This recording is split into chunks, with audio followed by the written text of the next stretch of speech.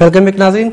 असां सां मौजूद आहिनि प्रोफेसर डॉक्टर शाहिदा वज़ारत जेके हेड ऑफ डिपार्टमेंट आहिनि इकोनॉमिक्स जा IOBM institute of business management में. असां उनका पूछ रहे हैं पाकिस्तान इकोनॉमी के हवाले से कुछ क्वेश्चंस. डॉक्टर साहब अभी आप बात कर रही थी ब्रेक से पहले कि स्ट्रेटेजिक ऑब्जेक्टिव्स होते हैं हर किसी कंट्री के, डिफरेंट कंट्रीज में. आप क्या समझते हैं कि पाकिस्तान में वर्ल्ड इकोनॉमीज के क्या स्ट्रेटेजिक ऑब्जेक्टिव्स हो सकते हैं?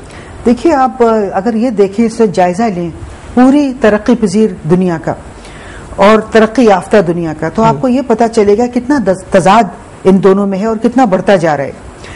एक तरफ तो तरक्की याफ्ता ममालिक हैं जहां उनके लोग बहुत खुशहाली में रह रहे हैं और वहां बहुत अमन है, सुकून है. उनके जो मसले थे, उन्होंने मुल्कों के आपस में लड़ाइयां थी, वो उन्होंने तय कर ली हैं. सही. और अब उन्होंने अपने लोगों को बहुत अच्छी जिंदगियां फराहम कर रहे हैं. इसके मुकाबले में अगर आप देखें तरक्की पजीर दुनिया को, तो यहाँ सारे कॉन्फ्लिक्ट्स यहाँ आ गए. ये सब आपस में मुल्क लड़ रहे हैं, यहाँ सारी जंगें हो रही हैं और यहाँ ये पता चल रहा है कि ऐसा लग रहा है कि एक बहुत इंतशार है, एक जंगें हैं और बड़ी ताकतें छोटे मुल्कों पे बमबारियां कर रही हैं. जैसे लिबिया पे इतनी बमबारी हो रही है और इराक पे पहले इतना ज्यादा इन ताकतों ने जुल्म किया है, अफगानिस्तान पे किया है और मुसलसल कर रहे हैं. तो अब आप देखिए कि पाकिस्तान पे इस खित्ते में आप ये देखिए कि जो कुछ हो रहा है, अब आप लोगों को पता नहीं याद होगा नहीं या नहीं कि दिसंबर 2000 में एक डॉक्यूमेंट आया था, उसका नाम था ग्लोबल ट्रेंड्स 2015. हाँ. ये CIA का डॉक्यूमेंट था. Very true. और उसमें पूरी दुनिया का उन्होंने नक्शा बनाया था कि 2015 में पूरी दुनिया का नक्शा क्या होगा. सही. और फिर हम लोगों ने इसको काफी, उस जमाने में इस पे काफी हलचल हो रही थी, काफी इसको लोग देखभाल रहे थे. Excuse me. मगर फिर ये हुआ कि 9/11 हो गई. जब 9/11 हुई तो सब लोग इस डॉक्यूमेंट के बारे में सब कुछ भूल गए और बिल्कुल लगा. मगर मुझे याद था कि मैंने ये पढ़ा था, मेरे पास वो नक्शा आज भी पड़ा हुआ है जिसमें ये पूरा स्ट्रेटेजिक प्लान बनाया गया था, ये पूरा मैप बनाया गया था जिसमें पाकिस्तान का कहीं पे जिक्र नहीं है, उसके डिफरेंट पाकिस्तान के डिफरेंट एरियाज को डिफरेंट स्टेट्स में कन्वर्ट कर दिया गया था. बिल्कुल. और ये भी कहा था उस डॉक्यूमेंट में, ये भी कहा था कि सरहद और बलूचिस्तान जो है वो वफाकी हुकूमत के असर रसूख से निकल जाएंगे. अब आप ये देखिए कि उस वक्त 9/11 हुआ भी नहीं था. सही. और ग्लोबल ट्रेंड्स CIA के डॉक्यूमेंट में वही हालात की निशानदेही की गई थी जो आज पाकिस्तान में है. तो इससे आपको ये पता चलता है कि पाकिस्तान में जो आज हालात हैं उनका 9/11 से कोई ताल्लुक नहीं है. ये पहले ही इसका तयन हो गया था. ये जो डॉक्यूमेंट है ग्लोबल ट्रेंड्स, ये काफी ज़ख़ीम डॉक्यूमेंट है और ये अमेरिका ने दिसंबर 2000 में इसको लॉन्च किया था. और इस पे 5-6 साल कम से कम काम हुआ है. तो इसका मतलब ये पता चलता है कि इस पे जो काम हुआ है वो कम से कम 92-93 में शुरू हो गया था.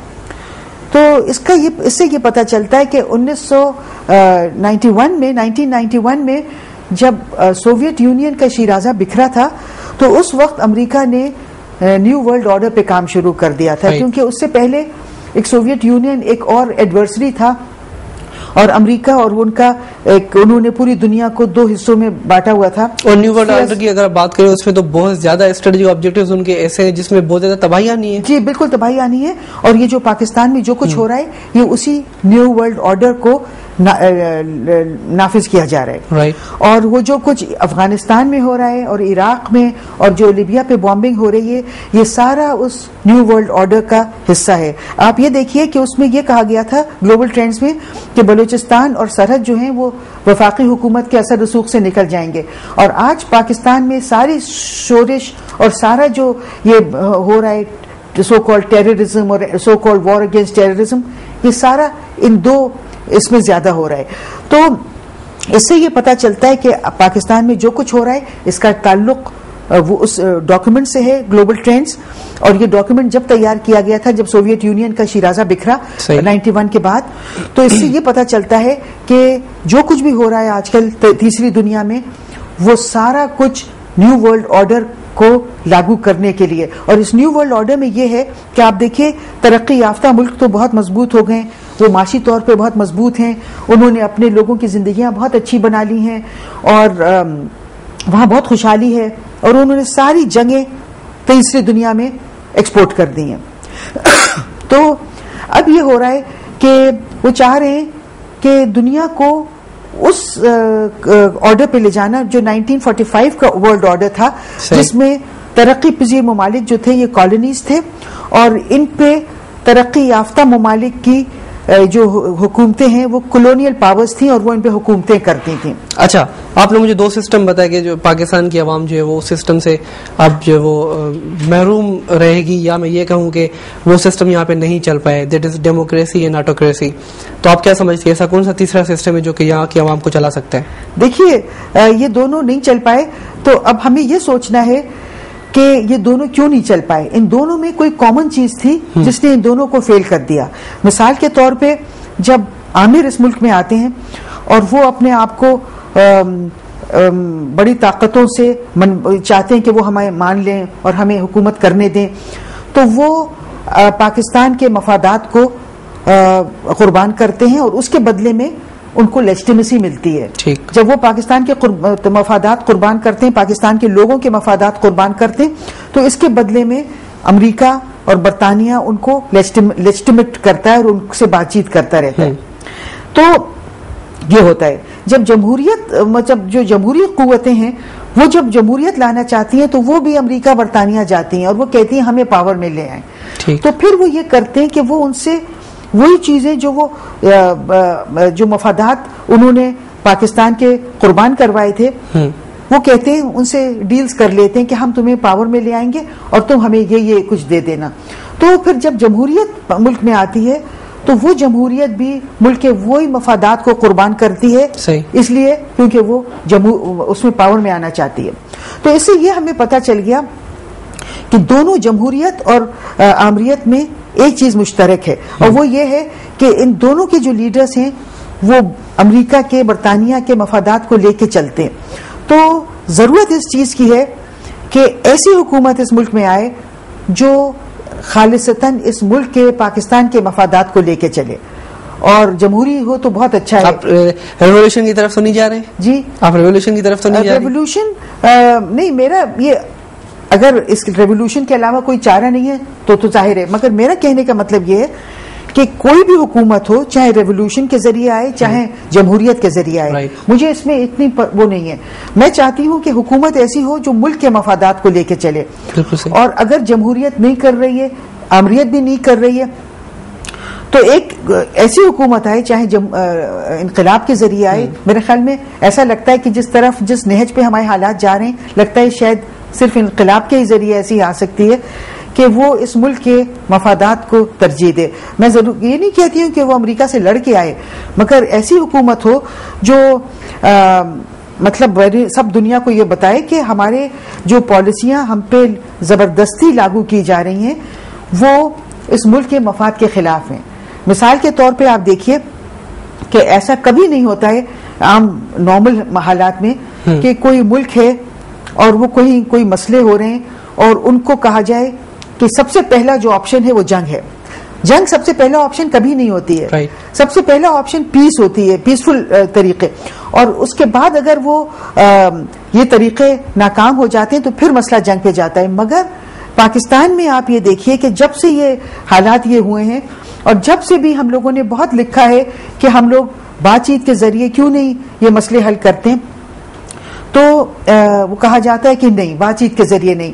پھر ایک سرحد کے پختونخوا کے ایک سابق گورنر نے کہا تھا کہ جب بھی ہم نے بات چیت کی اور کوئی معاہدہ کیا ان کے ساتھ وہ جو لوگ لڑ رہے ہیں، تو ہمیشہ امریکہ کا پریشر آیا کہ اس معاہدے کو توڑو. اور آپ یہ دیکھیے کہ ہلری کلنٹن پاکستان آئی تھی اکتوبر 2009 میں، اور انہوں نے پورا زور لگا دیا کہ پاکستان نارتھ وزیرستان میں بھی آرمی آپریشن شروع کرے، اور وہ چاہتی تھی کہ ان کے جانے سے پہلے ہی آرمی آپریشن شروع ہو جائے. پھر واپسی پہ وہ لندن رکتی ہوئی گئیں، اور لندن میں 3-4 دن کا قیام تھا ان کا، مگر ان کی پوری کوشش تھی کہ ان کے امریکہ واپس جانے سے پہلے 3-4 دن میں وہ IRA کی اور برطانیہ کی حکومت کی معاہدہ کروا دیں، پیس مطلب جنگ مطلب لڑ کے نہیں کریں، وہ पीसफुल एक माहिदा करवा दें। अच्छा, तो आप ये देखिए पॉलिटिकल इकोनॉमी के हवाले से या ग्लोबल इकोनॉमी के हवाले से मेरे ख्याल से this is a very long subject, इस पे हम बिल्कुल अलग से अच्छा प्रोग्राम कर सकते हैं। वेरी डेफिनेटली अच्छी इंटरेस्टिंग गुफ्तगू हो रही है आपसे। मुझे अगर पाकिस्तानी मफादात की अगर मैं यहाँ पे बात करना चाहूँ तो हमारी जो बिजनेस कम्युनिटी है, हमारे प्रोग्राम में सिर्फ 2 मिनट बचे हैं, तो मैं आपसे इस पे भी कमेंट लेना चाहूंगा क्योंकि आप सीनियर इकोनॉमिस्ट हैं। पाकिस्तान की जो हमारी बिजनेस कम्युनिटी है या जो इंडस्ट्रियल कम्युनिटीज यहाँ पे काम कर रही हैं, वो पाकिस्तान के मफाद में काम करती हैं और अपनी तरफ से उनसे जो हो सकता है वो करती हैं। Karachi chamber of commerce and industry हो गया, फेडरेशन हाउस हो गया, उसके अलावा हमारी जो डिफरेंट एसोसिएशंस बनी हुई होती हैं डिफरेंट इंडस्ट्रियल जोन्स में। तो आप क्या समझती हैं कि उनका इतना पॉजिटिव किरदार, हुकूमत का इतना निगेटिव किरदार और प्लस में बीच में पिसती हुई आवाम, जी बिल्कुल, क्या समझती हैं कि ये हमें किस तरफ लीड कर रहा है? देखिए, आपने देखा है कि हुकूमत की जो पॉलिसियां हैं वो ऐसी हैं कि सनतें बंद हो रही हैं, सनतें बंद हो रही हैं तो उसकी वजह से बेरोजगारी हो रही है और उसी वक्त एक ऐसी जंग मुसल्लत कर दी गई है। तो जाहिर है जो लोग लड़ रहे हैं उनको लोग चाहिए लड़ने के लिए, तो उसकी वजह से सब वजूहात की वजह से मामला बहुत बिगड़ रहे हैं। तो इसलिए बहुत जरूरी है कि हम लोग अपनी पॉलिसियों को सही करें। जो हमारी ऐसी पॉलिसियां हैं जिसकी वजह से हमारा कॉस्ट ऑफ प्रोडक्शन बढ़ रहा है, मिसाल के तौर पे लेंडिंग रेट हमारा बहुत हाई है, मॉनेटरी पॉलिसी को बहुत टाइटन किया गया है, फिर हमारे बिजली के निर्ख बढ़ा दिए जाते हैं, हर वक्त तेल की कीमतें बढ़ती रहती हैं जिसकी वजह से ट्रांसपोर्टेशन कॉस्ट बढ़ता है, जिसकी वजह से कॉस्ट ऑफ प्रोडक्शन बढ़ जाता है। तो इन सब को कम करने की जरूरत है ताकि हमारी जो सनत है, हमारी सनत वायबल हो सके और हमारी जो मईशत का पहिया है वो चलता रहे, ताकि हमारी सनत में रोजगार पैदा हो। जो लोग अभी वहां काम कर रहे हैं उनकी नौकरियां खत्म ना हो बल्कि नई नौकरियां पैदा हो। तो ये सब इसकी बहुत ज़रूरत है, मगर इसके लिए ज़रूरत है कि हमारे मुल्क के लोग इस मुल्क के मफादात को मुकद्दम रखें और ये जो होता है अभी फिलहाल नजर नहीं आ रहा है। Right, very much thank you for joining us today. नाज़रीन, असां अगर मौजूद हुयूं प्रोफेसर डॉक्टर शाहिदा विज़ारत जेके हेड ऑफ डिपार्टमेंट आहिनि इंस्टीट्यूट ऑफ बिजनेस मैनेजमेंट में इकोनॉमिक्स जे हवाले सां। उनजो चवण जो मतिलबु इहो हुयो ओवरऑल जेको उन्हनि फोकस कयो हुई त गवर्नमेंट खे पॉलिसीज़ ते गौर करण जी ज़रूरत आहे। उनखां अलावा असांजी आम जेका आवाम आहे उहा कहिड़ी तरफ़ वेंदी या उनजे कहिड़ी तरफ़ वञण जा चांसिस आहिनि, हिन वक़्तु इहो चवणु बिल्कुल भी प्रीमेच्योर रहंदो। उनखां अलावा जेकॾहिं असां ॾिसूं त पाकिस्तान में नेशनल इंटरेस्ट खे वधीक सर्व करण जी ज़रूरत आहे as compare to individual interest खे। अॼु जे प्रोग्राम में एतिरो ई। ज़ेब काका खे इजाज़त ॾींदा। अल्लाह हाफ़िज़।